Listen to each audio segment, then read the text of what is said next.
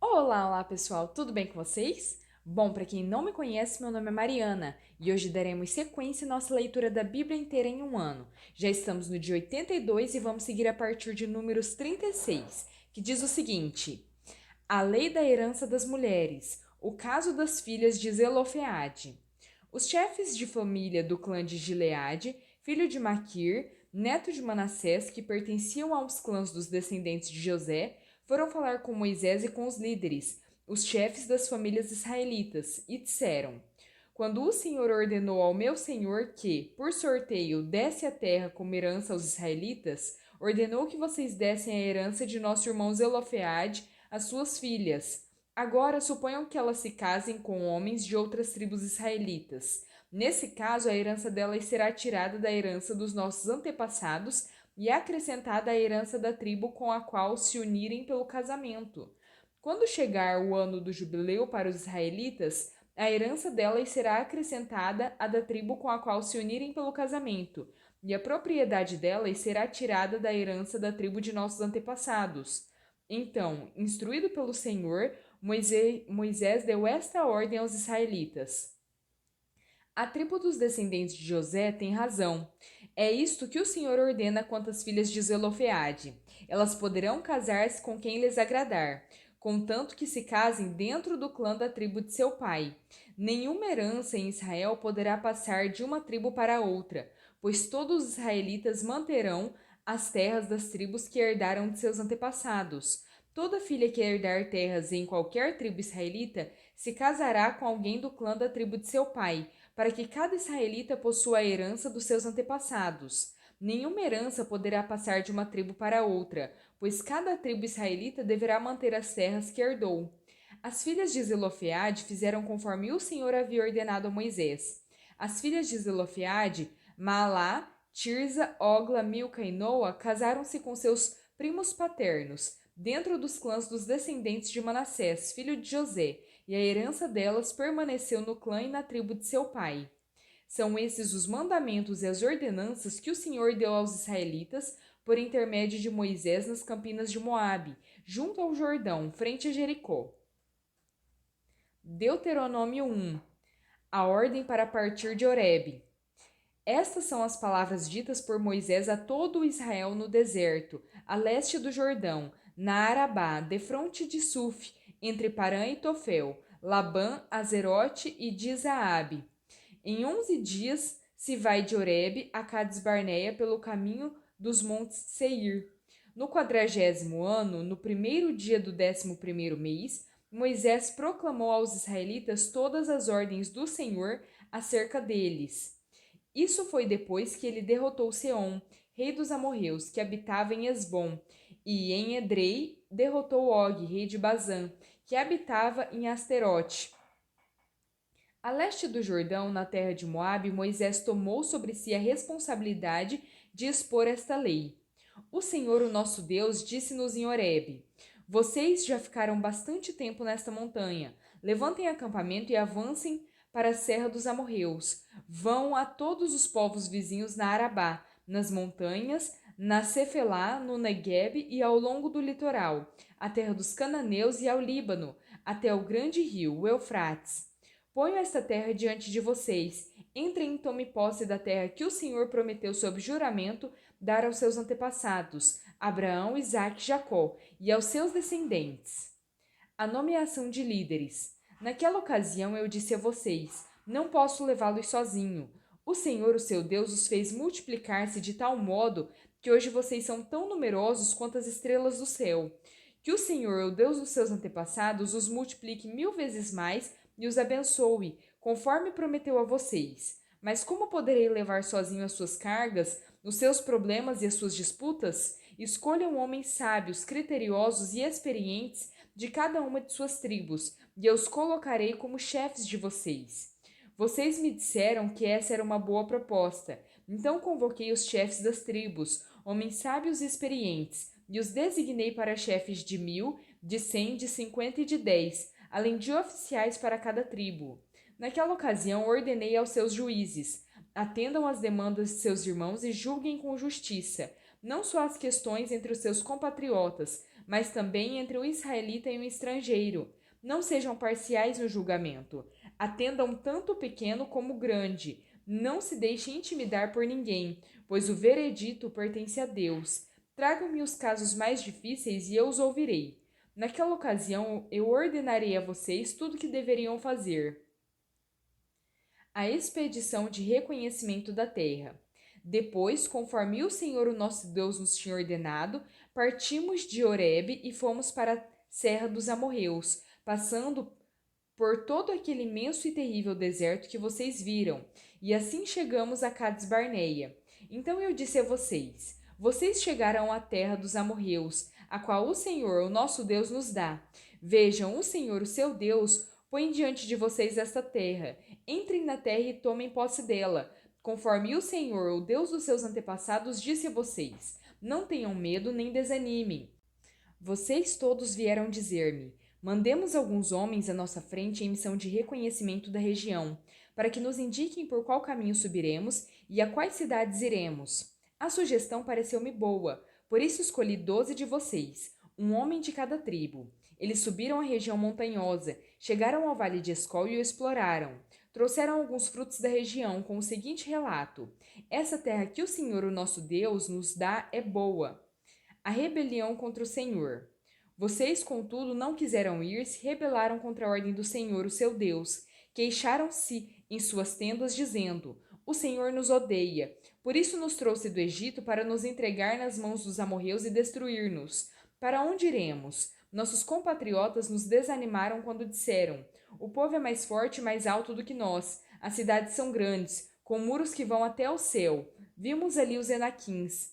Então eu disse a vocês: não fiquem apavorados, não tenham medo deles. O Senhor, o seu Deus, que está indo à frente de vocês, lutará por vocês, diante de seus próprios olhos, como fez no Egito. Também no deserto vocês viram como o Senhor, o seu Deus, os carregou, como um pai carrega seu filho, por todo o caminho que percorreram até chegarem a este lugar. Apesar disso, vocês não confiaram no Senhor, o seu Deus, que foi à frente de vocês, numa coluna de fogo de noite e numa nuvem de dia, procurando lugares para vocês acamparem e mostrando a vocês o caminho que deviam seguir. O castigo dos israelitas.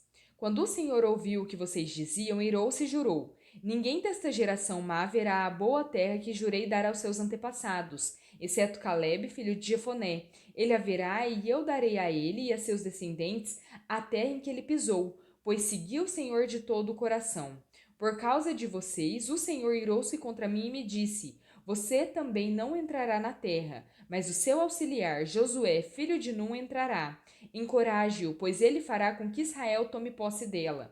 E as crianças que vocês disseram que seriam levadas como despojo, os seus filhos, que ainda não distinguem entre o bem e o mal, eles entrarão na terra. Eu a darei a eles, e eles tomarão posse dela. Mas quanto a vocês, deem meia volta e partam para o deserto pelo caminho do Mar Vermelho. Então vocês responderam: pecamos contra o Senhor. Nós subiremos e lutaremos, conforme tudo que o Senhor, o nosso Deus, nos ordenou. Cada um de vocês preparou-se com as suas armas de guerra, achando que seria fácil subir a região montanhosa. Mas o Senhor me disse: diga-lhes que não subam nem lutem, porque não estarei com eles. Serão derrotados pelos seus inimigos. Eu disse isso a vocês, mas vocês não me deram ouvidos. Rebelaram-se contra o Senhor e, com presunção, subiram a região montanhosa. Os amorreus que lá viviam os atacaram, os perseguiram como um enxame de abelhas e os arrasaram desde Seir até Ormá. Vocês voltaram e choraram perante o Senhor, mas ele não ouviu seu clamor nem deu atenção a vocês. Então vocês ficaram em Cádiz, onde permaneceram muito tempo. Lucas 5, versículos 29 em diante. Então Levi ofereceu um grande banquete a Jesus em sua casa. Havia muita gente comendo com eles, publicanos e outras pessoas. Mas os fariseus e aqueles mestres da lei, que eram da mesma facção, queixaram-se aos discípulos de Jesus: por que vocês comem e bebem com publicanos e pecadores? Jesus lhes respondeu: não são os que têm saúde que precisam de médico, mas sim os doentes. Eu não vim chamar justos, mas pecadores ao arrependimento. E eles lhe disseram: os discípulos de João jejuam e oram frequentemente, bem como os discípulos dos fariseus, mas os teus vivem comendo e bebendo. Jesus respondeu: Podem vocês fazer os convidados do noivo jejuar enquanto o noivo está com eles? Mas virão dias quando o noivo lhe será tirado. Naqueles dias jejuarão. Então lhes contou esta parábola: Ninguém tira um remendo de roupa nova e a costura em roupa velha. Se o fizer, estragará a roupa nova. Além do que o remendo da nova não se ajustará à velha. E ninguém põe vinho novo em vasilha de couro velha. Se o fizer, o vinho novo rebentará a vasilha, se derramará e a vasilha se estragará. Ao contrário, vinho novo deve ser posto em vasilha de couro nova. E ninguém, depois de beber o vinho velho, prefere o novo, pois diz: o vinho velho é melhor. Lucas 6.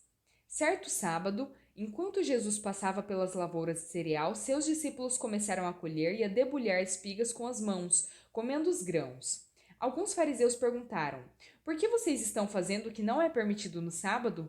Jesus lhes respondeu: Vocês nunca leram o que fez Davi quando ele e seus companheiros estavam com fome? Ele entrou na casa de Deus e, tomando os pães da presença, comeu o que apenas os sacerdotes era permitido comer, e os deu também aos seus companheiros.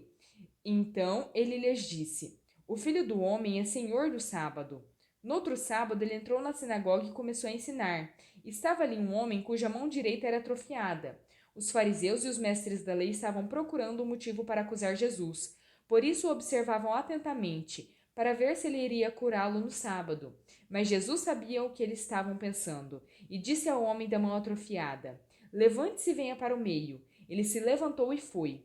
Jesus lhes disse: Eu pergunto, o que é permitido fazer no sábado, o bem ou o mal? Salvar a vida ou destruí-la? Então olhou para todos os que estavam à sua volta e disse ao homem: Estende a mão. Ele estendeu e ela foi restaurada. Mas eles ficaram furiosos e começaram a discutir entre si o que poderiam fazer contra Jesus. Salmo 66. Aclamem a Deus, povos de toda a terra. Cantem louvores ao seu glorioso nome. Louvem-no gloriosamente. Digam a Deus, quão temíveis são os seus feitos. Tão grande é o teu poder, que os teus inimigos rastejam diante de ti. Toda a terra te adore, canta louvores a ti, canta louvores ao teu nome. Venham e vejam o que Deus tem feito, como são impressionantes as suas obras em favor dos homens. Ele transformou o mar em terra seca, e o povo atravessou as águas a pé, e ali nos alegramos nele. Ele governa para sempre com o seu poder. Seus olhos vigiam as nações, que os rebeldes não se levantem contra ele. Bendigam o nosso Deus, ó povos, façam ressoar o som do seu louvor. Foi ele quem preservou a nossa vida, impedindo que os nossos pés escorregassem. Pois tu, ó Deus, nos submeteste à prova e nos refinaste como a prata. Fizeste-nos cair numa armadilha, e sobre nossas costas puseste fardos. Deixaste que os nossos inimigos cavalgassem sobre a nossa cabeça. Passamos pelo fogo e pela água, mas a um lugar de fartura nos trouxestes. Para o teu templo virei com holocaustos e cumprirei os meus votos para contigo. Votos que os meus lábios fizeram e a minha boca falou, quando eu estava em dificuldade. Oferecerei a ti animais gordos em holocausto. Sacrificarei carneiros, cuja fumaça subirá a ti, e também novilhos e cabritos. Venham e ouçam, todos vocês que temem a Deus. Vou contar-lhes o que ele fez por mim. A ele clamei com os lábios, com a língua exaltei. Se eu acalentasse o pecado no coração, o Senhor não me ouviria, mas Deus me ouviu. Deu atenção à oração que lhe dirigi. Louvado seja Deus, que não rejeitou a minha oração, nem afastou de mim o seu amor. Provérbios 11, versículos 24 em diante. Há quem dê generosamente e vê aumentar suas riquezas. Outros retêm o que deveriam dar e caem na pobreza. O generoso prosperará. Quem dá alívio aos outros, alívio receberá. O povo amaldiçoa aquele que esconde o trigo, mas a bênção coroa aquele que logo se dispõe a vendê-lo. Bom, pessoal, terminamos por aqui a nossa leitura, espero que tenham gostado. Se gostaram, deixem o seu like, se inscrevam no canal e compartilhem esse vídeo também com outras pessoas que vocês gostariam que conhecessem a palavra. Muito obrigada, fiquem com Deus e até a próxima!